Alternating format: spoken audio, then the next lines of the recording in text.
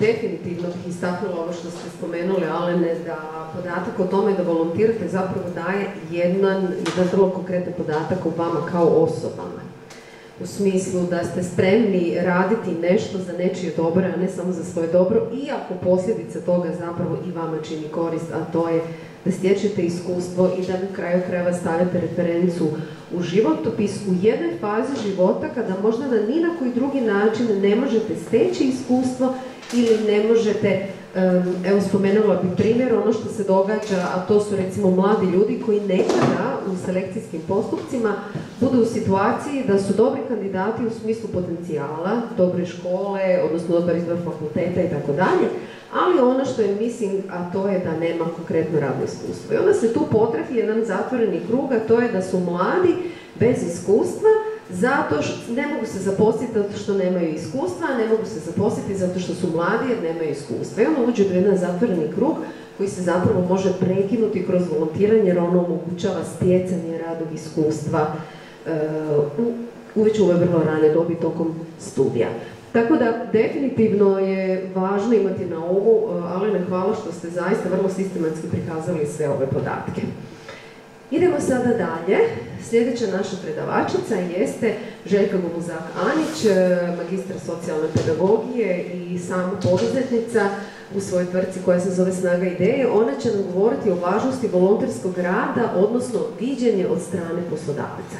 Evo sad idemo malo pogledati s druge strane. Evo izvoli Željka. Ja sam s druge strane.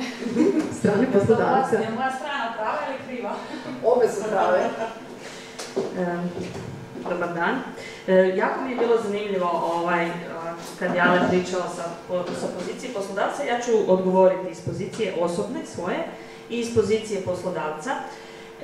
Znači, Željka Gomuzak-Anić, kao što me Tanja, hvala ti, predstavila, dakle imam tvrtku konzultantsku privatnu i ne mogu zapošljavati volontere.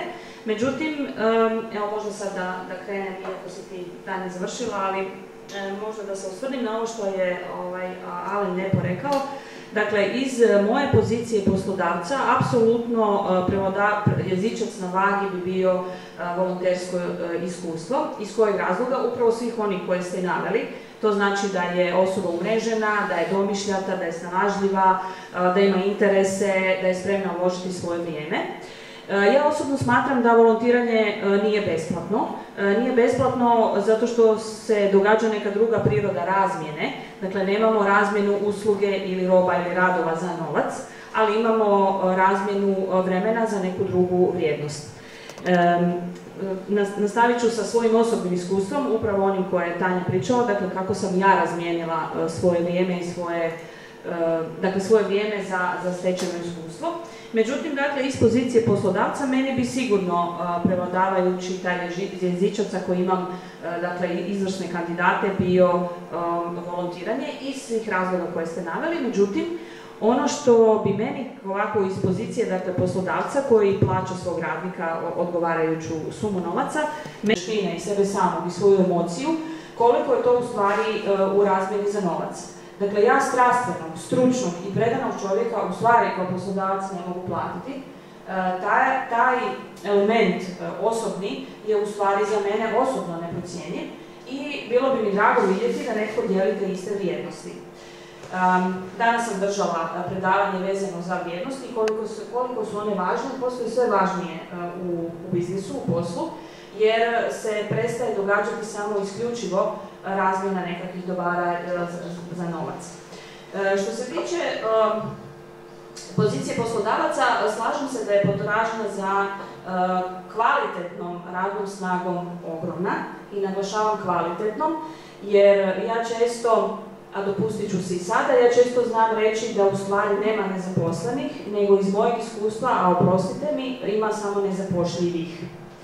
Dakle, dobar i kvalitetan, angažiran radnik koji je spreman uložiti nešto svog volonterskog vremena je zaposlen. Na moju ovakvu žalost. Što se tiče, dakle, to je neka moja pozicija, moja poslodavca i mislim da bi ozbiljni poslodavci koji cijene, dakle, svoju tvrtku koji su je stvorili, u stvari voljeli da njihovi djelatnici dijele njihove vrijednosti. Ja osobno sam napravila ovu razmjenu u kojoj je Tanja govorila, dakle ja sam diplomirala, nisam imala stručni ispit, nisam se mogla zaposliti. U moje vrijeme nije bilo zakona o volontiranju, niti se moglo volontirati.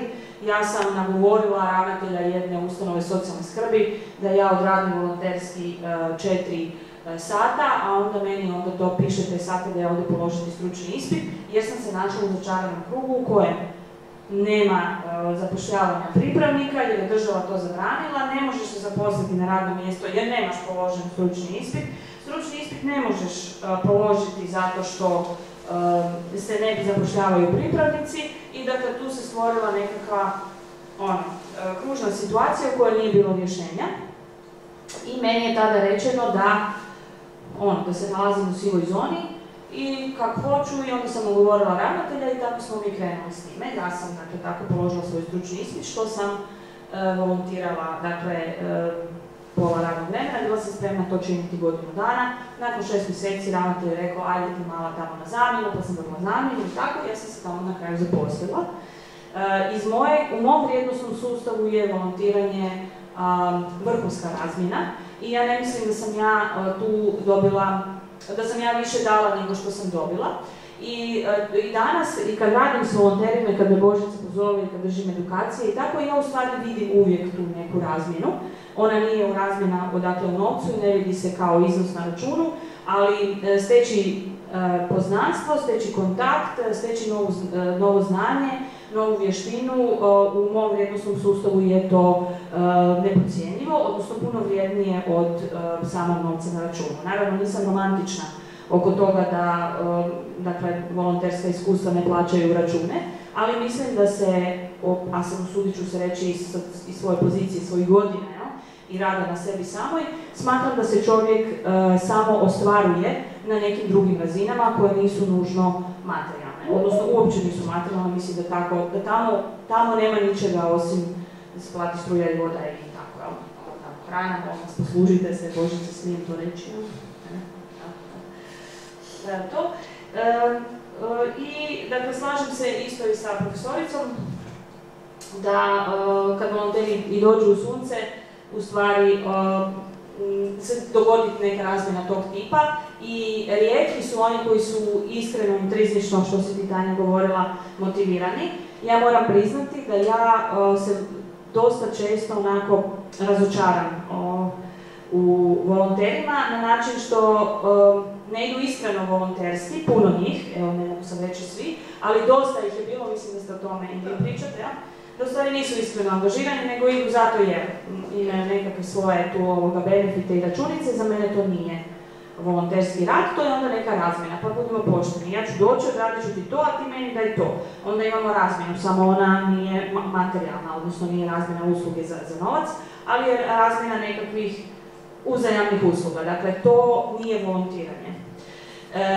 Tada kad sam ja volontirala u ustanovi socijalne skrbi, onda smo iza toga pozvali T-kom koji je pokrećio taj dom i tako da eto, pisala sam i neke recenzije na ove volonterske priručnike, znači ajmo reći da sam ja započela volontirati i graditi taj neki sustav u vrijeme dok još nije bilo volonterskog centra i s njima sam surađivala i tako, dok bili smo mi neki pioniri koji smo imali nekakvu drugu ideju oko toga što u stvari činimo i kako bi volontiranje trebalo izgledati. Naravno, da se vratim na poziciju poslodavca, ali to je moja današnja pozicija. Dakle, ja bih željela preko puta sebe onda izabrati tog iskrenog volontera, da ga tako nazovem. Dakle, nekoga ko je stvarno htio za širu društvenu dobrobit, vlastiti osjećaj zadovoljstva i širenje svojih vlastitih pogleda, znanja i vještina, dati dio svog vremena, dati dio svog života.